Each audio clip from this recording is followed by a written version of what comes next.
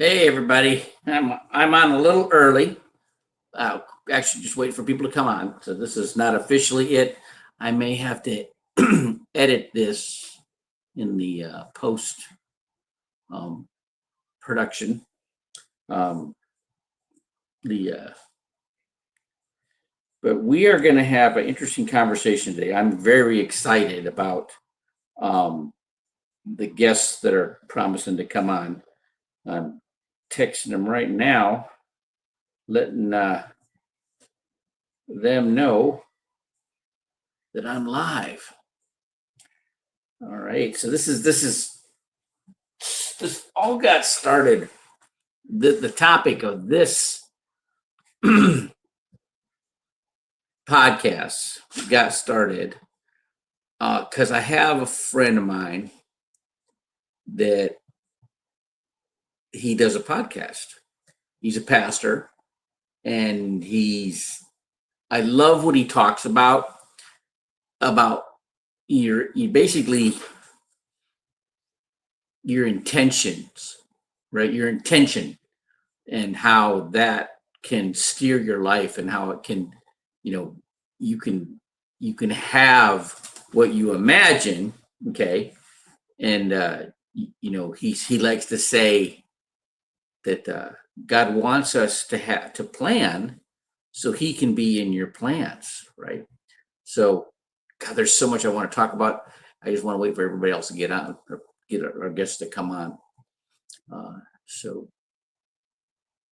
what I do is help people put together their plans, their financial plans.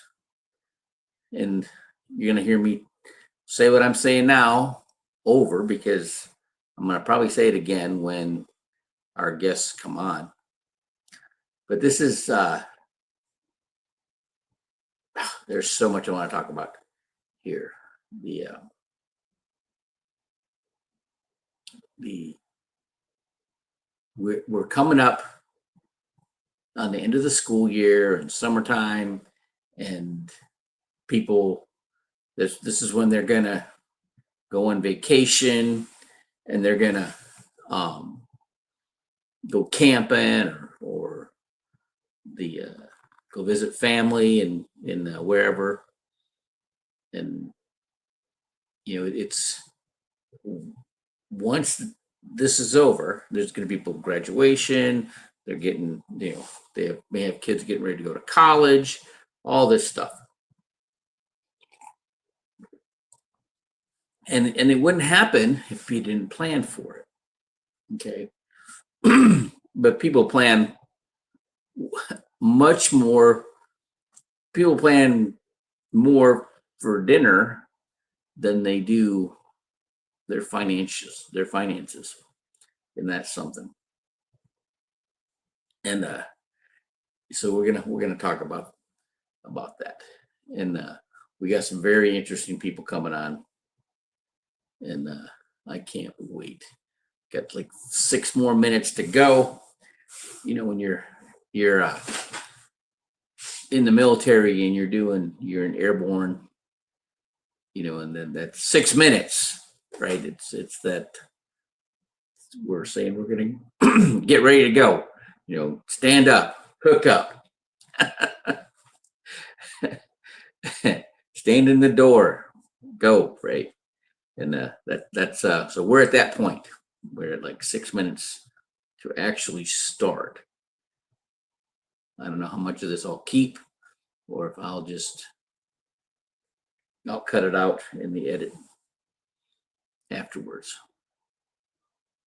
I wouldn't expect it to actually start. I thought it was going to be like in a waiting room, waiting to puts to go, but it went right away. So let's see.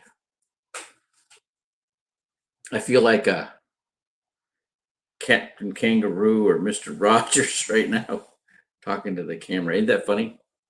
They were the pre. Um, they started it all first. How about that, right? They got pretty much how we prep for having these public conversations, right? Put everybody at ease, make them feel comfortable, and so they can actually say what they want to say. That's really interesting how that works, right? When you have anxiety, it triggers something in your brain, the amygdala, and that regulates the fight or flight. And it had a great purpose back when it was, when we were primitive, right? And we had dangerous, like the woolly rhinoceros and mastodon and the saber-toothed tiger we had to look out for, right? And it helped keep us safe. But those days are gone, okay? But that mechanism still works the way it does, which actually causes us to slow down and not take action. Isn't that something? And it'll do things like you ever feel butterflies in your stomach. And I learned this. Roy Jones Sr. taught me this in boxing. That that's some horses getting ready to run. He's your adrenaline is just a hormone. There's really no mass to it. It just sends a signal to your other organs. Your pancreas causing it to produce more glucose to get into your bloodstream. Your respiration increases to get more oxygen in your bloodstream.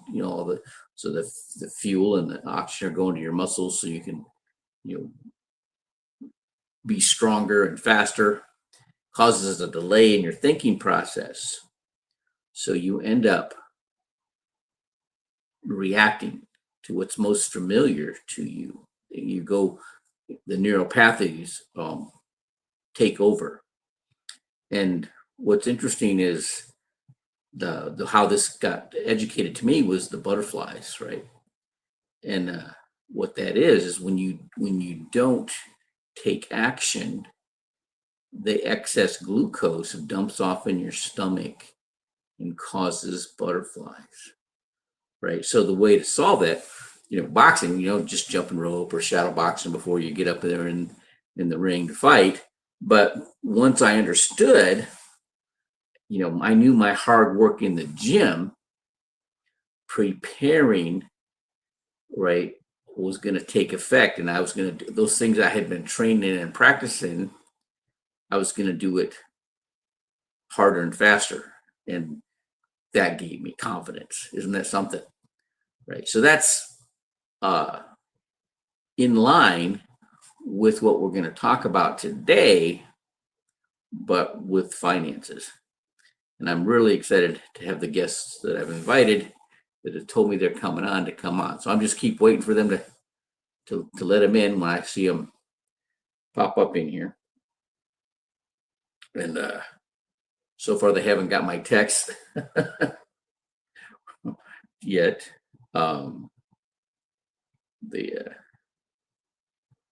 Let's see. Yeah, I got some very interesting people coming.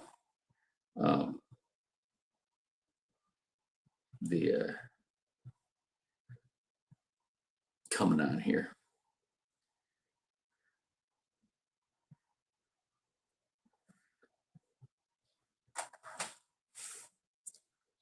So we got into the school year coming up,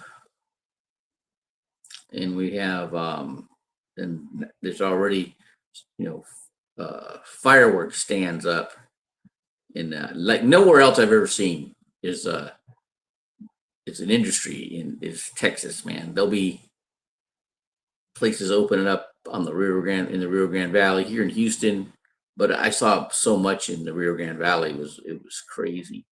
They got a Connex box with their fireworks in it alongside the road, man, and just people pulling in and buying their fireworks.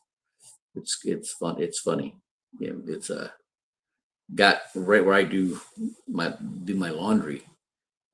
There's a they put a box there. It's there all the time.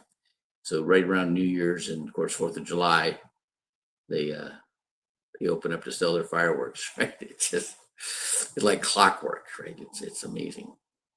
And then I think of the dogs. Our dog goes nuts. All right. Well, I got a guest on. Hang on. Oh, what happened? What happened to my guest?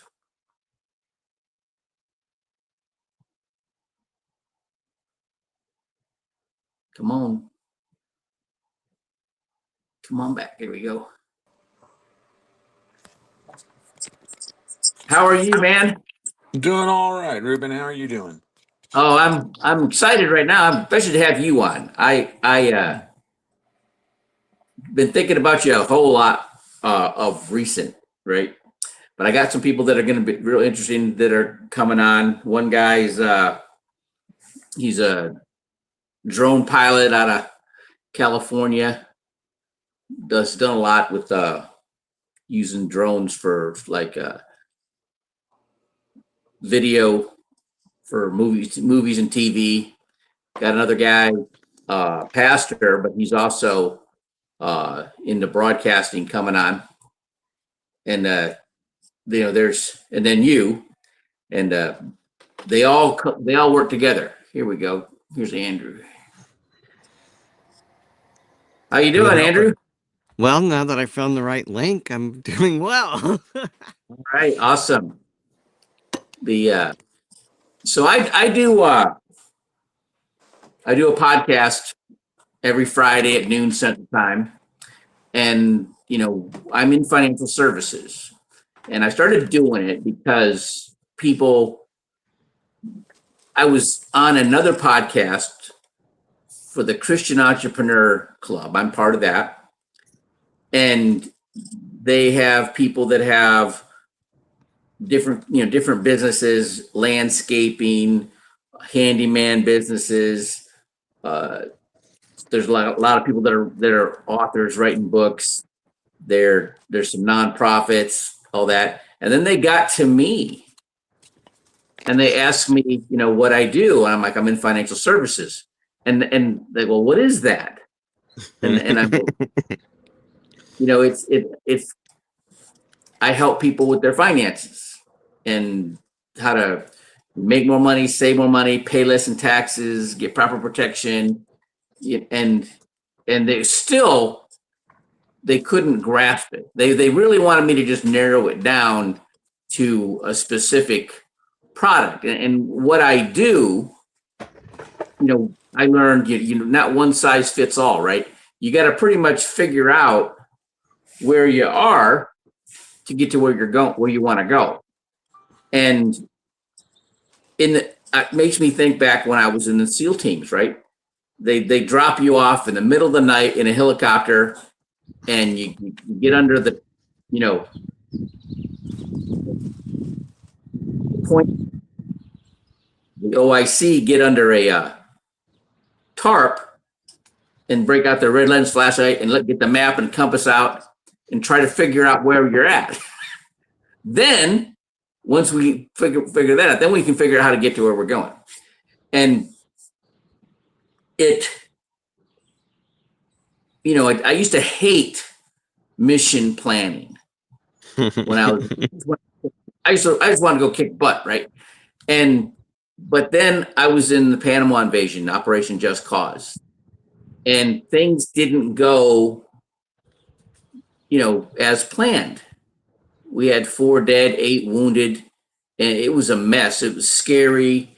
And I'm like, after it was over, like 3:00 in the morning, the next night, I'm like,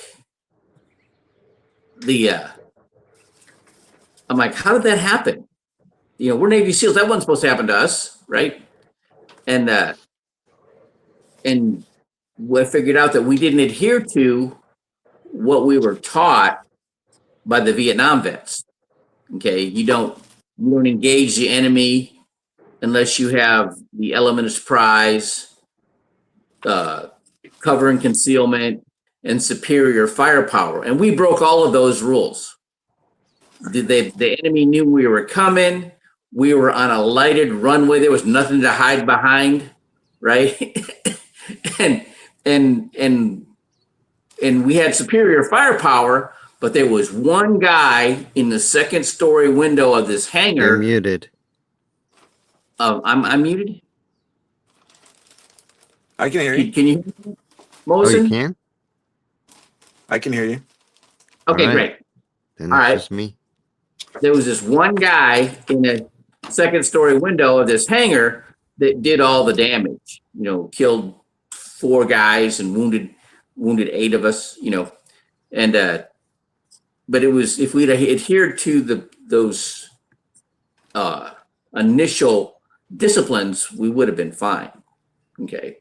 And what I see, and I was just telling my girlfriend that people plan more for dinner than they do for their finances. Right? It's just crazy. And the when you're looking at doing anything significant, I look back in my life and I think of some things that I did that went the wrong way. I didn't really plan that much. I just had I got excited about it and took action and didn't have it all the way thought through, which turned out to be very detrimental to me. Okay. And when I sit down with people and try to get them, get them started, we got to go through a budget. We got to figure out, what's coming in and what's going out and how they're spending that, where that money's going.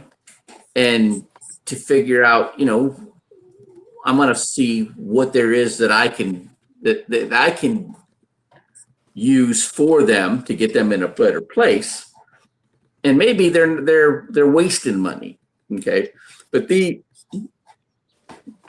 keeping this all in order. Now, Moisen has got an interesting, he's a property manager for single family homes, not like apartment complexes, but actually houses. And what's fascinating to me, because I've had rental properties before, is what do you do, Moisen, to make sure that you got somebody in there who's gonna pay the rent on time every month? Oh, we've got a strict screening criteria, and it's posted on our application link. So everybody that pays the application fee, they see the criteria before they even pay for it. But we're looking at everything. We're going to run them through the eviction database. We have minimum credit requirements. We check their criminal history. We verify their work history, and we're looking at their pay stubs and actually their statements. We want to see those deposits getting in. And then, even I take it a step further because I feel so strongly about the tenants that we place. I offer eviction protection. That means that if I place a tenant and I have to evict them, I'm going to cover that cost. So it's all about setting expectations, putting in the right person in there, not just rushing to fill the property with the first person that applies. You just, we gotta make sure the people we put in are going to take care of our clients' assets.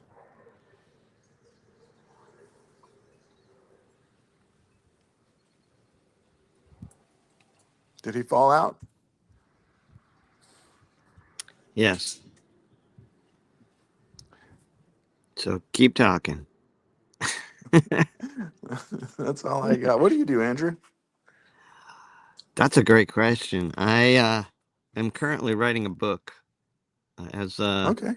a Army veteran who has faced challenges and hardships my entire life. I joined the Army at 34 and a half, right before the cutoff age, Wow. to take a break and reassess life, and just kept falling, metaphorically, literally, and I had this title swimming in my head for decades. That somebody that messaged me that their sound wasn't working, and kick me out Nice. when I went. But what I wanted to get to was that, you know, Moses is not playing around when he's looking for somebody to put into one of the properties. Now, are you the owner of these properties, or are you the one just doing the management? No, I manage them for landlords, investors. Yeah. Okay. I'm the middleman Okay. between the tenant and the landlord. Yeah. All right. So there's do you know, did they inform you on like what the balance of the mortgages on the property, or if it's No, free and clear? that's not my concern. That's public record. I can access that information, but no, that's not my concern. My concern is to collect and distribute the rents. Okay. So talking about this being aware, or you know, paying attention to the details. In San Diego, California, there was a retired Navy NFO pilot, which means he was a non-flight officer. He was the navigator, right?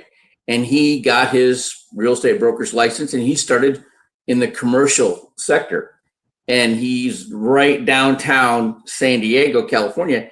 And every Friday, he would have a seminar, and he'd start off on the formula for calculating the cap rate, right?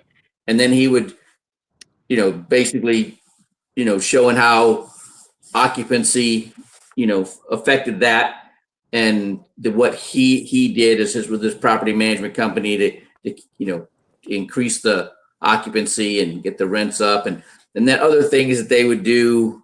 They would go in and they would do an audit and you know, check how their electrical system was working and how efficient it was, and they would put in and they would try to get their management company in to replace whoever they were using for management. All right, and they could reduce the fees, and they had already a bank of possible tenants to get into those properties, and then he would start showing properties that he was managing, and how he increased the value by the things that they did with them. One of the things he would talk about was leasing space on the building for the cellular repeaters, right? And there'd be some cash flow coming in that would, you know, that would lower the cap rate, and you know, actually increase the value of the properties, things like that. Now, I've come to learn about some strategies. I started off in financial services as a debt management consultant, and you know, the company was using the debt management as a lead generator for mortgages. They would do a strategic refinance, a second or a new first, and consolidate strategic debt to create a larger margin of savings, put that into a debt roll-up strategy, and all of that. And long story short, I wrote more business my first month with that company than anybody else had done for them in a year and a half, and they made me the manager. And then every time I showed somebody how to get out of debt, they started looking at buying a house. So that's why I got my real estate license, started doing mortgages and real estate back then. And I would make clients, I could look at their credit report and see what they needed to do to get their scores up.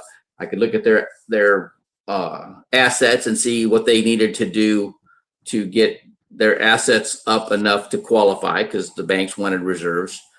The mortgage companies wanted reserves and all that.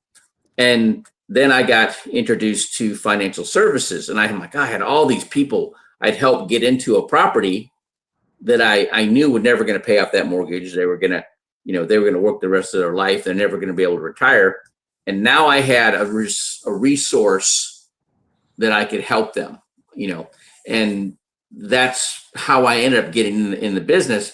And I had been in the industry for over 20 years before I found out about the family banking strategies, or they call infinite banking strategies, which is where the you capture the debt service every month on the payment. So actually, it's working for you. It's like you get paid twice, right? Your dollars getting twice the work out of it, right? And that was basically passing that debt service amount through a whole life policy, and then borrowing that money out, the debt service amount out, and to pay your mortgage on time. And I had been teaching about the debt roll-up strategy, like using like an extra $100 a month, and it just pay your bills on time. When you pay that, that extra $100 will bite down the interest in that smallest debt. Everything you pay above me on the minimum goes straight to principal, lowering your effective interest rate, paying everything off faster. And then once that was paid off, you take that debt service amount and you apply it to the next smallest debt, and you just roll up your debt, and it can pay it off significantly faster without changing your lifestyle, right? I mean, you make extra money, you save that money, okay? And then I found out about the pill method. And just because I have these numbers memorized, if somebody had a $338,400 mortgage at 5% interest, their monthly payment is going to be $1,886 a month. But of that $1,886 a month, only $500 a month goes toward principal.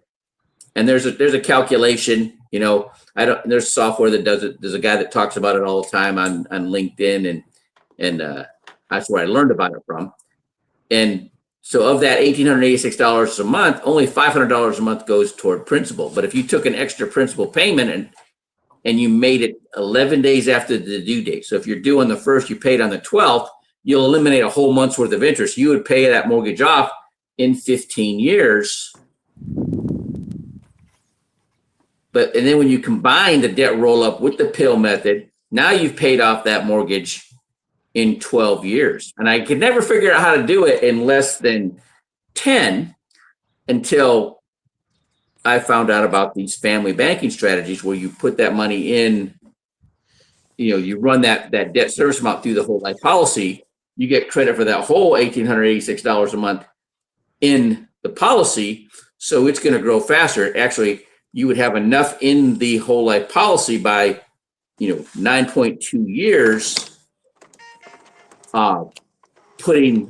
you'd have enough in the policy to completely pay off the remaining balance of the mortgage. So now you borrow that money out of the policy, pay off the mortgage, and now you're paying yourself back. And only in whole life, and that's, I was always taught it was a dog. The interest rate's too low. They average between 4% and 6%. But then there came these mutual companies, which basically every policy owner is treated like a shareholder, and they pay a dividend. So with the dividends and the guaranteed, it's running about 5.125%, been that way for a bit. With the dividends, they're just under 12%. Okay. So now you're paying yourself back. And I was educating myself, and I saw this a Naval Reserve officer that used his VA loan, but he used this strategy to pay that loan off faster. And then he found he financed, took a loan from his house and bought into a fitness franchise and opened up another policy, and paying off the franchise fee was financed, and he opened up another whole life policy to do that. He got like four of these fitness businesses in his house. And I'm like, oh, that's how it can work for small businesses, right? And then now I've got, looking at clients and how I can help them. I got somebody now that they were in 2022, they were making like 58 grand a year. They have these acoustic sensors.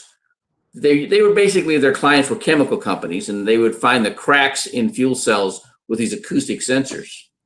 And then his income just took a jump in because SpaceX had a rocket blow up on the launch pad because they had a cracked fuel cell.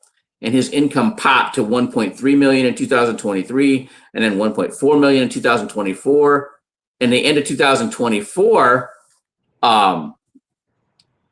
the company, the German company that he bought these sensors from, approached him because of the Trump tariffs. And so they made him their US partner. So now instead of sending the sensor complete, they send it in two parts, the mechanism and a cap. As soon as he snaps it together, it's a US manufactured product, and they get around the tariffs. And then he became their primary agent in the United States. He was their biggest customer anyways. Oh no, we lost Mosen. And then he his income jumped to 2.5 million in 2024 and this year, right? And his tax bill is crazy, right? So I'm showing him how using the tax deferred vehicles, 401k, 77,000 a year, and then with the profit sharing, because he's the business owner, he can share profits with himself and defer those taxes. It's about $76,000 a year. And then with the cash balance strategies, he can put away up to $460,000 a year tax deferred. It'll save him like $170,000 a year in taxes. But at age 73, when he has to take his mandatory distributions, he's gonna have gonna be about 350 to 415,000 a year. He'll have a tax bill of about 110 to 150,000. I can take some of that tax savings now, about 60,000 a year, and he'd have enough tax advantage, would be tax-free money to offset those mandatory distributions now. So he's covering all his bases. Okay. And that's part of, paying attention to every aspect of what you're doing.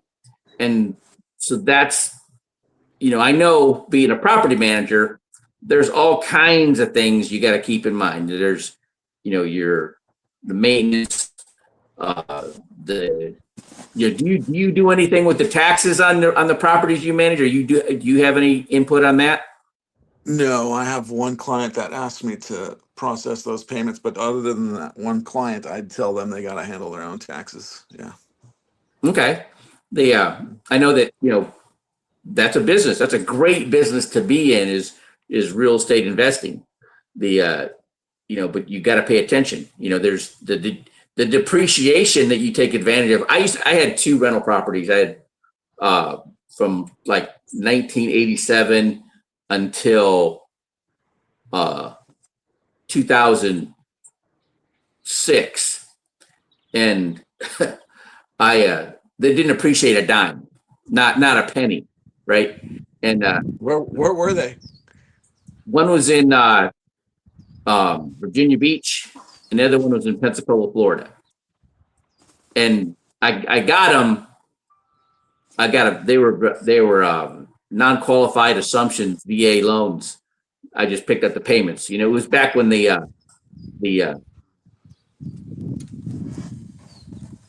General Dynamics went out of business, right? And that affected all the anybody, defense spending and businesses that were heavy with defense contracting and all that.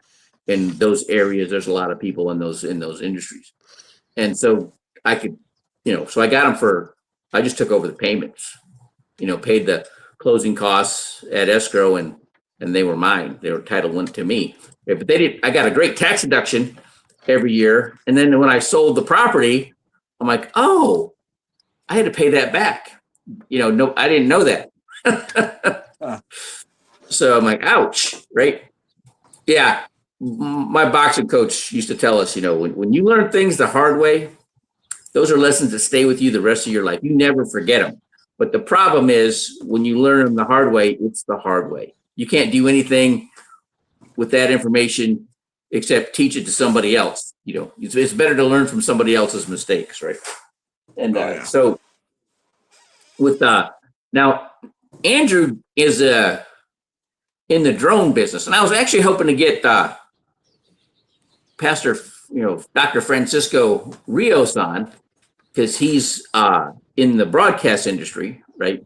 And he does TV and film and all that. And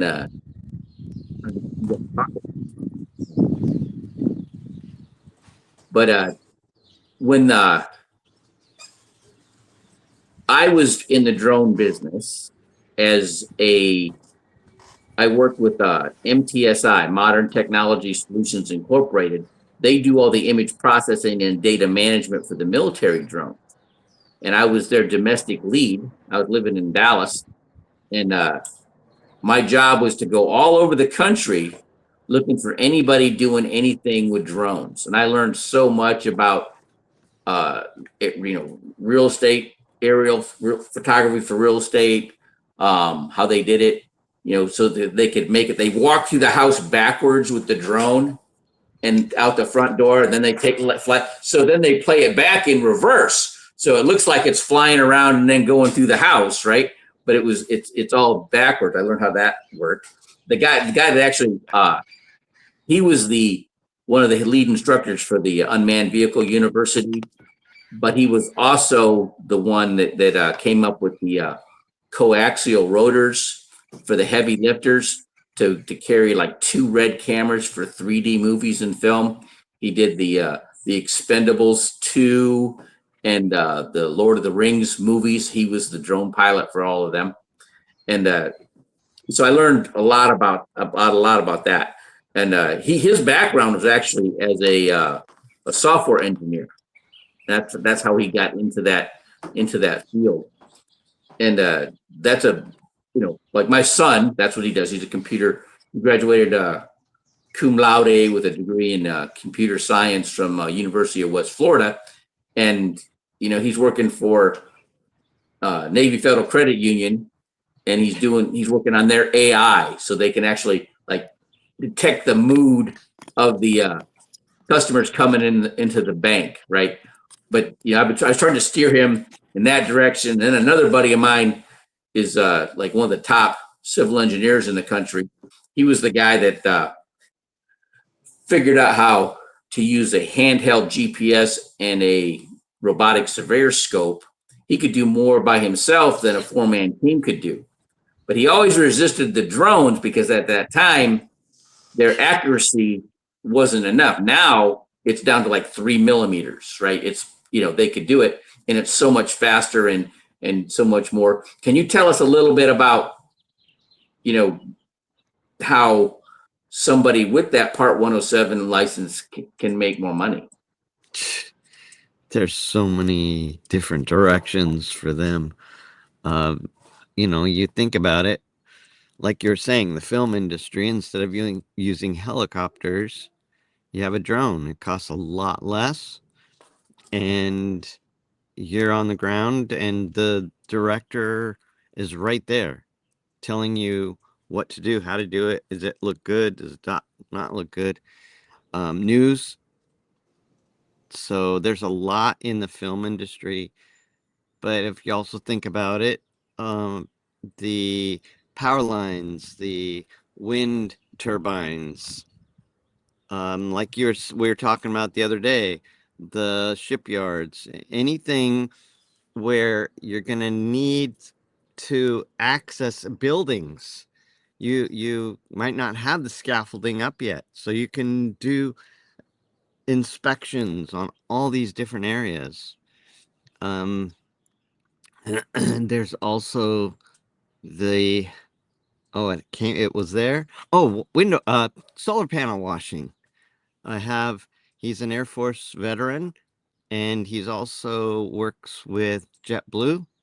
And in the Coachella Valley, he is building a drone business with these big drones that you attach a hose to it, and it's got a filter in his van with special solution and special water, because if you just use your own hose, it's not gonna keep your solar panels clean. So that's another business. And then of course window washing.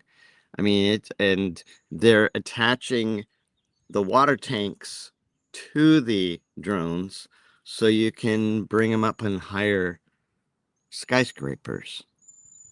So, and that's just the tip of the iceberg. Everything you can think of, instead of climbing up, you can inspect roofs and buildings, like I was saying earlier, and you don't have to climb and fall and break something or die. Worst case scenario, the drone breaks. And most of them, you're looking at maybe $5,000. You get insurance for that and you're good to go. And, part of the 107 is actually a big part of the 107 test is safety. Do you understand safety? Well, when I was working with MTSI, Mm-hmm. I had a friend of mine who worked for my buddy, who was the surveyor I told you about, and he moved back to Breckenridge, Texas, and he was in the he worked for a company that did the fracking, and Right. they didn't use the helicopters because it was so much more expensive. Okay, Mm-hmm. it was like $1,000 an hour, and they got it done faster with the helicopter, but they'd fly really low, like right around 1,000 feet, which is high enough where that something goes wrong and that helicopter goes down, it's going to hurt you. Yep. But it was too low to get like auto rotate to actually control the landing, so it was dangerous, right? And so they were driving, so it took them longer. Okay, they were driving and they'd be like, 10 to 50 square miles of area they have to cover, right? Then they got to make sure all these sensors are every 25 yards, and they emit a signal that gives the battery life and the lat and long of the box. They get them all, and they're all working, and then they fire the shot. They police them all up, replace them, and they try to do 3 shots to get the accuracy to find out where the pockets of oil and gas are, right? And with a drone, it's a lot less expensive. You could probably for $1,000 get the drone pilot for the whole day, right? And then and much safer. Okay, so and then like inspecting the high tension power lines, right? That's another dangerous job, right? They got a guy on a platform hanging out of the helicopter, flying along the power lines, right? And checking out the insulators and the transformers, right? And they got just cuckoo. That just It's scary. I'm a free fall jump master. I'm used to hanging out the back of a C-130, spotting the jump. And to thinking of what this guy's doing, that kind of scares me, right? But it would save him money, significant amount of money. And now what I was running into was I called Maricopa County Sheriff's Department. Oh yeah. And I had to talk to their head of air operations, who was their helicopter pilot. So when I'm explaining to him what the drones can do, the first thing he said was, these drones are going to run us out of business. Right. And I'm like, oh no, right. And I had that wasn't even a concept in my mind. Right. But that's what they were worried about. They were worried about the drones were going to take over their jobs, where in fact, because they got a pilot's license, if they would have just got a drone, they could have got a drone and learned to fly it, right? And it would have done exactly the opposite. It would have been, they would have made more money, right? Exactly. And it costs less. Crazy. Yeah. It costs less because they're not using the helicopters. So, and they the passed police. some law federal agents or federal employees couldn't use drones for surveillance. So the way around it was there was the rent-a-cops. You know how like schools have their own police, right? So Exactly. the McAllen ISD police, they contracted them to fly the drone for the Border Patrol and U.S. Customs. Isn't that wild? Yeah. Yeah. And That also search and rescue. That's a whole nother angle where, you can fly the drone really quickly, and with thermography, you can find the person lying there because of the heat signature. You know Jim Robinson? That name sounds really familiar. He's out of Wimberley, Texas. He was the guy that sued the FAA because that's what he did. He had a fixed wing drone. It was like and he'd just throw it up and it would look for that. And that's how he was doing the search and rescue. That's what he does, right? And he was one of the top trainers for he was the other trainer for the Unmanned Vehicle University, right? But that's what he used to do. And there's in DeSantis, California, which is East San Diego, there was a young girl. He found her body. They walked past that place for days, and then when he flew the drone by, because what happened was when your body starts to decompose, those fluids release out of the body, and the grass it kills the grass around the dead body. Yes, and his drone picked up the change in color, and that's how they found her.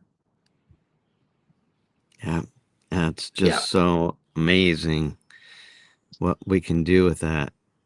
Well, so here in Houston, there's a welding school, right?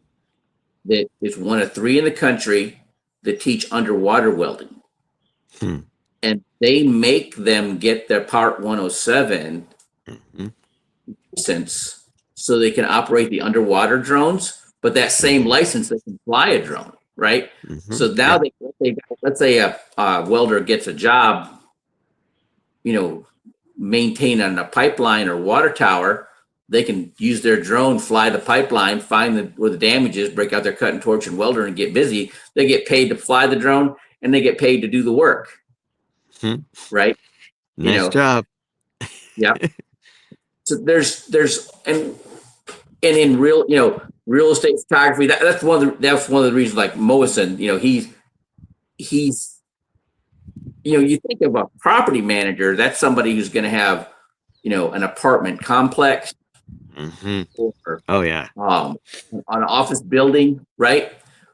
But he's doing single family homes, right? And I was, wanted to see if he had ever used any, and I know he sells real estate too, right? He's got the license to do the same license to do both things, right? And that's part of what I'm talking about. When I'm sitting down with somebody, if they don't have enough money to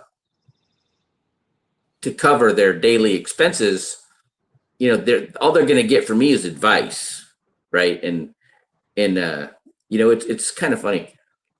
Before I was a Navy SEAL, my job was teaching boxing and physical fitness to Navy pilots and air crewmen. And what I would do is I would watch the guy, and I had by this time I'd had 54 amateur fights. So I knew what I was doing. And I'd watch the guys, they would have just 2 days of actual sparring in 2 rounds. So they get 4 rounds of actual sparring, right? And I would just watch the guy getting his face beat in, and I'd go to his corner and tell him what to do. And most of the time they would do what I told them, and they'd turn it around. And I'm thinking, I'm the next best thing since Angelo Dundee. And I was telling my Master Chief, this. He was Navy SEAL, Vietnam vet. He was a wrestler. He pinned the world champion on the wrestling mat before he went to Buds. He was quite an accomplished wrestler. And he goes, the guy that's getting his face beat in has a lot of incentive to do what you're telling him. Yeah. And when I'm seeing, in financial services, if somebody's doesn't have some pain, all right, here's what happened with me. I just got my broker's license. I go to my Kiwanis Club meeting, and the guy at the door wearing a suit and tie. I hand him my business card. I just got my broker's license. I'm all proud of it. Right? He goes, "Oh, we do mortgages too." I'm like, "Oh, I don't want to talk to him. He's my competition, right?" Well, he was in financial services, and they were partnering with mortgage brokers to help their clients, right? Mm-hmm. And so these family banking strategies, the running the payment producer, you're actually earning money on the debt service, okay? And so, but he didn't explain that, right? He just said what he said and he didn't say it the right way. Their process, the very bottom line, the baseline was proper protection. I'm like, that's a good idea, right? And then there was debt management. I already had that covered, right? And then it was emergency fund. I'm like, oh, that's a good idea too, right? You want to have at least 3 months in reserve, right? And then investments. I'm like, oh, all right. But I didn't catch it then, right? But that rule he taught about the rule of 72, the law of compound interest. Okay. Mm-hmm. So whatever interest rate you earn on your money, divided into the number 72 determines how fast your money doubles. Now, at this time, I had all my debt paid off except my mortgages. And I had $50,000 sitting in my bank in a CD getting 4%. I thought that was pretty good at the time, right? And this was right after the .com crash. Mm-hmm. And yeah, so I'm like, and then I and like not too long before that was the savings and loan crisis, right?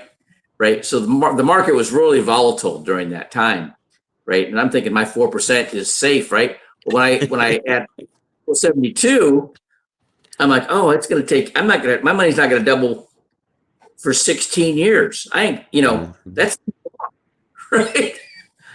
And what I ended up doing was I ended up spending all my money trying to do an interactive boxing television show. Wow. And I had two producers that fleeced me because I didn't know what I was doing. I didn't know. They just kept asking for money. I'm like, oh yeah, come on. I'm making enough money. I was making like $10,000 a month back then, right? And then I figured out the first producer had, after $50,000 paying him, he was slow walking the post production. He was eating my money. Wow. He was paying his rent, right? And then the second producer only cost me $17,000. And the fight he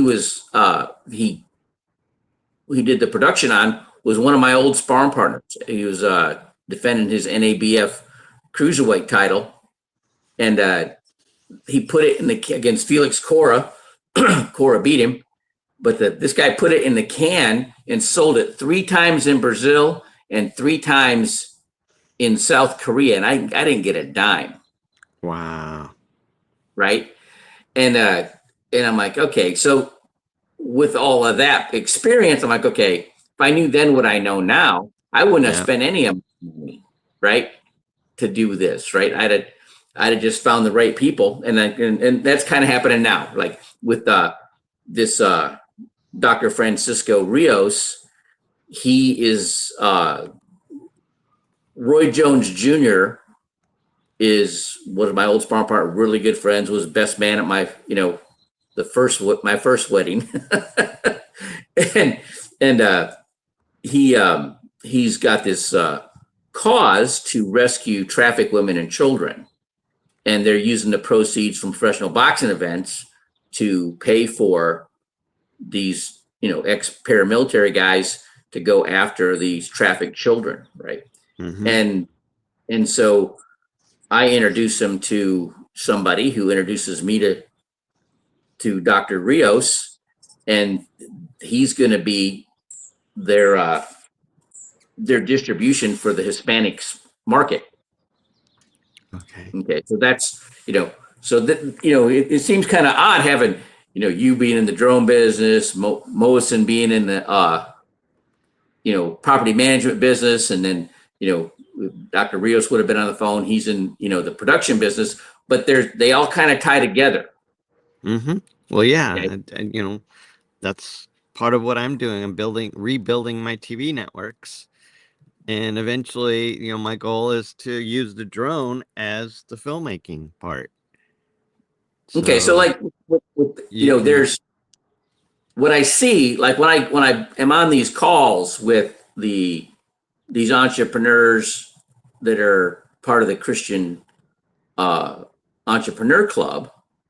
Okay, what a lot of them, what they're trying to do is they're trying to get a client from maybe another member of the club or do cross marketing. So somebody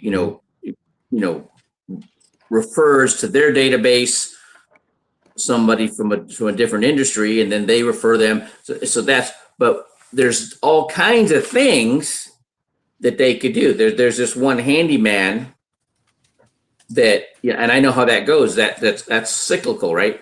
During the spring, summer, and fall, things are okay, but in the wintertime, things get kind of slow, right? And what a lot of them are doing is they shift their business to putting up Christmas decorations, right? I mean, Right. whatever they can do, right, to make more money, right? And there's people, in the Sun technician in San Diego, and if he gets certified to do inspections on his off time, he can almost double his income. Right. Yeah. So now this is where I come in, right?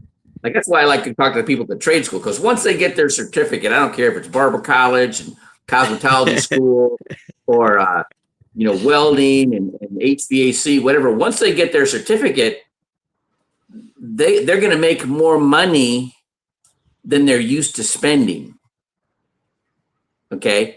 And but once somebody's already used to spending something, it's really hard to get them not to spend that money and start saving that money. All right. Okay. Right. So it's helping them get that done beforehand. Right. And when they're young, it's really easy for me to show somebody who's 22 years old putting away $600 a month that by the time they're 57, they're a millionaire and they can get a tax-free stream of income that they can live on in retirement. That's easy, right? But when you're older, you don't have the time. So then it's that your greatest asset is your experience and your knowledge. Mm-hmm. And if you can use, and I had this ex-Army Ranger, Vietnam vet, colonel with a PhD. He had 6 businesses that supported the produce industry. And there's more produce warehouses in the Rio Grande Valley of Texas than there is in the whole state of California. And I was his rep. So I got to see it firsthand how taking that same knowledge base to create those multiple income streams. Right. And then, because that's how you don't want to have somebody doing, a drone pilot that cuts hair on the side, it's kind of, it doesn't work. It doesn't go together. Right. But if you can find that secondary business that supports your business, like in real estate, right? Somebody's, flying drones and doing real estate photography. Now their listings look better. Yes. There's more interesting for the prospective buyer to see your property and see the whole yard and inside the house and everything. You clean your house and make it look great, and then you have the guy come in and walk through the house backwards with the drone. Actually, nowadays you don't even have to walk backwards. They have drones that are designed to be indoors, and they even have what's called a follow me feature. So you attach No your little kidding. microphone and you just set it up and you say, follow me, and you're talking to the camera drone as you're walking the different parts of the house. And it's really impressive. Well, I'm glad you came on. Thank What are you. you what are you doing? Like you're moving, right? I'm traveling all over Southern California, and my home base will probably be right in the West LA area, because that's where the West LA VA is, and that's where I can get the best care that I need. And so that's actually where I'm heading, most likely tomorrow morning early. I'm going to go to actually the Hollywood American Legion and help them with an event they're doing. That's my Yeah, goal. I live right in between Tunnels to Towers, which is a transitional housing facility here in Okay. Houston, Texas, and between Camp Hope, which is the guys that are got PTSD. A lot of them are ate up with substance abuse issues, right? Mm-hmm. And then they get them out. Now it's very different.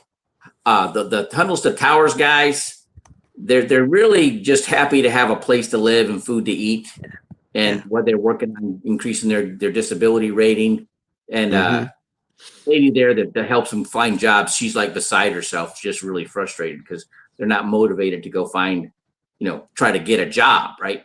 Where the ones that are the Camp Hope guys, they're Mm-hmm. they're way motivated to find something, to establish themselves. It's really kind of interesting, the contrast, just because of what their background is, right? I would love to find out what's going on with both. I'm working with another nonprofit, Community Alliance Youth Success, K's Purpose, CAYS, purpose.org. And it's really interesting what we're doing for the youth. Is the first year is helping them to discover their passion and purpose. Then the second year, it's developing it. And the third year, it's living it. And I'm wanting to, once we get that, we're almost there. We've got everything set up. I want to do this same thing for the veterans, because if we help the veterans find their passion and purpose, they don't have a reason to commit suicide. If they trip or do something, it's like, I'm a waste. My family and friends are just I'm a burden for them, and I'm out of here. But if they have the passion and purpose and drive, that's going to keep them from saying goodbye to the world. Now, what you So, just said, the whole Christian Entrepreneur Club, right? yes.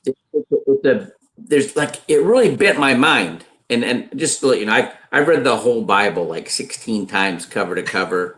Wow. I went through a period that I read the same chapters of Genesis, Psalms, and Proverbs every day for a month before I go to the next chapter. It took me 3.5 years to Mhm. get through all of that, and then I studied the temple process. I retranslated the 613 laws of Moses back to Paleo Hebrew, so you actually, right, all of that, right, and it just was been in my mind. There were so many Christians that thought money was bad, and Yeah. business is bad, and then when you Yeah. read the Bible, you catch that from the disciples, right? But in the Old Testament, God's Yeah. promising the wealth and prosperity, right? And what Right. I figured out after, is what it is, going through all the letters of Paul and everything. It's, you got to have a purpose. You Mm-hmm. got to Mm-hmm. just make more money so you can, stockpile it, and like playing Monopoly, right? What he wants you to do is earn that money for that cause to better mankind, Mm-hmm. Exactly. help other people, right? And so Yeah. that's when you're blessed. That's when you're gonna get, God's gonna come in. You make your plans, and God's gonna come in and enhance your plans and get you there faster. But he needs you need to have that focus, and you need to have that. And so what I do is help people get it together so they can do that. So the very first Right. thing I have to do is see get that whole financial analysis, where the money's coming in, where it's going out, what I can do to help you pay that debt off faster, what I can do to help you increase your savings, get a better rate of return, protect you from taxes and inflation and market volatility. There's all kinds of things like people don't know that if you have your assets in an insurance contract, life insurance contract, that it's protected from creditors and litigation. That is how O.J. Simpson was able to Right. sustain himself after losing the wrongful death lawsuit with his ex-wife and her boyfriend, right? Because he had his money in a variable universal life policy. Wow. So that's how he was able to sustain himself. And yeah, he's not a nice guy, right? But there's so many guys. There's so many. I got like 17 sparring partners, either won a world title or fought for a world title. There's 2 of them that I know that are able to hold on to their money. I had 2 of my sparring partners, made millions of dollars, right? Jeez. And guess what happened? One of them was in LA, right? His wife called the cops as a domestic violence issue, right? This guy was like one of the baddest guys in the county sheriff's department, the jail, and he was scared out of his mind because he see people stepping out of line and get beat down. He's like, that ain't happening. But he lost everything. She got all of it. She got everything, right? And Wow. another one of my buddies, world champion, living in Las Vegas, started working construction, and got hit with an I-beam, Wow. and went to sleep and didn't wake up. Another guy right down the road here in the Hall of Fame. All right, got divorced, got locked up for domestic violence. Right. Also got in with the wrong people in a charity, and they were doing things that were, sketchy, and Mhm. he went to prison for it too. Right, lost everything. This guy's, going to be a Hall of Famer, and he's, basically homeless. Right, and so it's because nobody was looking out for him. Right. And they weren't showing, hey, this is what so if you went through life doing that mission planning for yourself financially, like Right. we do in the seasons, right, you're going to reduce the amount of damage you're going to take, right? So that's the whole purpose of this podcast. I really appreciate you and Moleston coming on. I'll send you the videos. This StreamYard is going to break it up into little clips, and I'll send the whole video and the clips to you. Thank you. All right. Thank Well, you. thank you very much for coming on. Yeah, maybe next time I get Dr. Francisco on, I'll invite you for that one too. Sounds great. All right. Have a Talk to you great day. soon. All right. Thanks. You too. Bye.